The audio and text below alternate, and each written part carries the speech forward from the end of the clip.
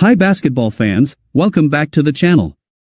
Before we get into this, hit that like button, drop a comment with your theory, and subscribe if you want real stories behind the box score, not just headlines. Now listen. The second half starts. South Carolina takes the floor, the ball goes up, and Latson is nowhere to be found. No injury replay. No trainer rush. No announcement from the bench. Just an empty spot where one of the most dangerous scorers in college basketball is supposed to be. In that instant, Auburn Arena buzzed, social media lit up, and one question took over the night: why did Dawn Staley sit her star, and what really happened at halftime? The night South Carolina walked into Auburn Arena was supposed to be another step in a long, grinding sissy season, the kind of road game that rarely defines a year but often reveals small truths about a team. The Gamecocks were favored, deeper, more experienced, and coached by someone who has seen just about every version of a conference battle you can imagine. Still, by the time halftime arrived, the game had already produced a storyline no one expected. Latson, one of the most electric guards in women's college basketball, had played only the first half, and then quietly disappeared from the rotation. Latson's first half minutes looked ordinary on the stat sheet but important in flow.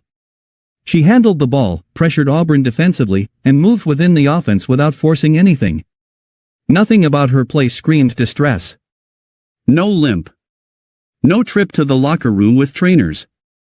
No dramatic moment that made the crowd or the broadcast team tense up. When halftime arrived, it felt like a standard intermission before South Carolina would tighten the screws and pull away, with Latson doing what she usually does: control pace, create shots, and wear teams down. Then the second half started, and she wasn't there. At first, it registered as a temporary thing. Coaches rest players all the time for the opening minute or two. Auburn missed a shot. South Carolina scored.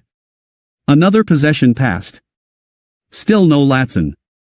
The camera cut to the bench, and there she was, seated, calm, not animated, not in obvious distress, but also not preparing to check in. That's when curiosity turned into concern. For a player of Latson's stature, absence invites interpretation. Fans immediately start scanning recent games, recent injuries, body language. Analysts begin connecting dots that may or may not exist. Is this discipline? Did something happen in the locker room? Did she tweak something right before halftime? In women's college basketball, especially on a program like South Carolina, nothing involving a star player goes unnoticed for long. As the minutes piled up, one thing became clear: Dawn Staley had no intention of bringing her back. The Gamecocks were executing defensively, pushing Auburn into tough shots, and methodically extending the lead. The game itself started to fade into the background as the question lingered: why was Latson sitting? After the final buzzer, the answer came not with drama but with the kind of plain-spoken clarity that has long defined Staley's public voice. Latson, she said, wasn't feeling well. That was it.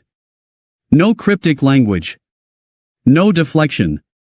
No suggestion of punishment or long-term concern. She wasn't feeling well, and the staff decided to hold her out.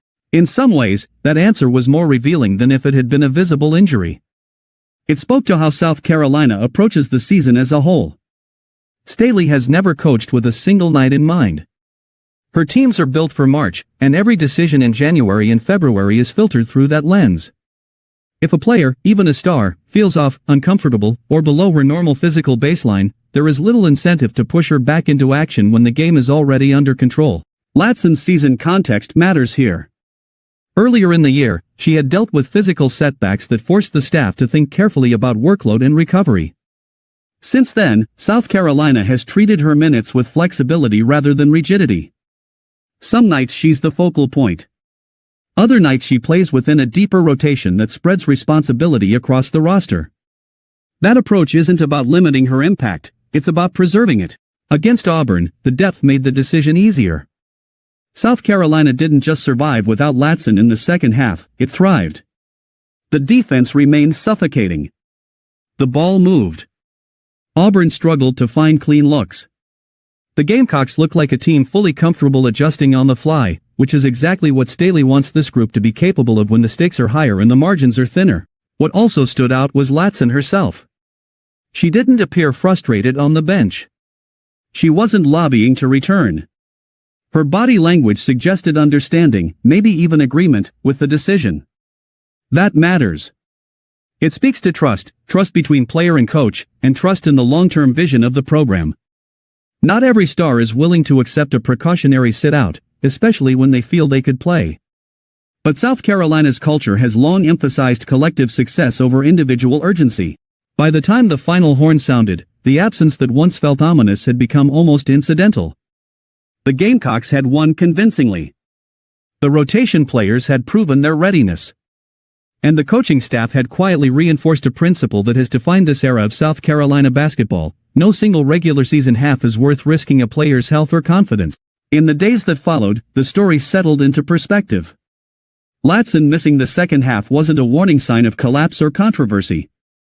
It was a snapshot of how elite programs manage elite players.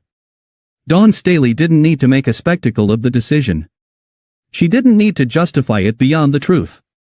Her star guard wasn't feeling well, the team didn't need her to finish the job that night, and protecting the bigger picture mattered more than satisfying curiosity in the moment. That's how a routine conference win quietly turned into a lesson in leadership, patience, and trust, one that said far more about South Carolina's mindset than any box score ever could. And that's where this story really lands, because this wasn't chaos, controversy, or a meltdown behind closed doors. This was power. This was control. This was Dawn Staley reminding everyone that championships aren't won in one half on a random SEC night, they're won by knowing when not to play your star. Tanya Latson didn't disappear because South Carolina panicked. She disappeared because this program doesn't.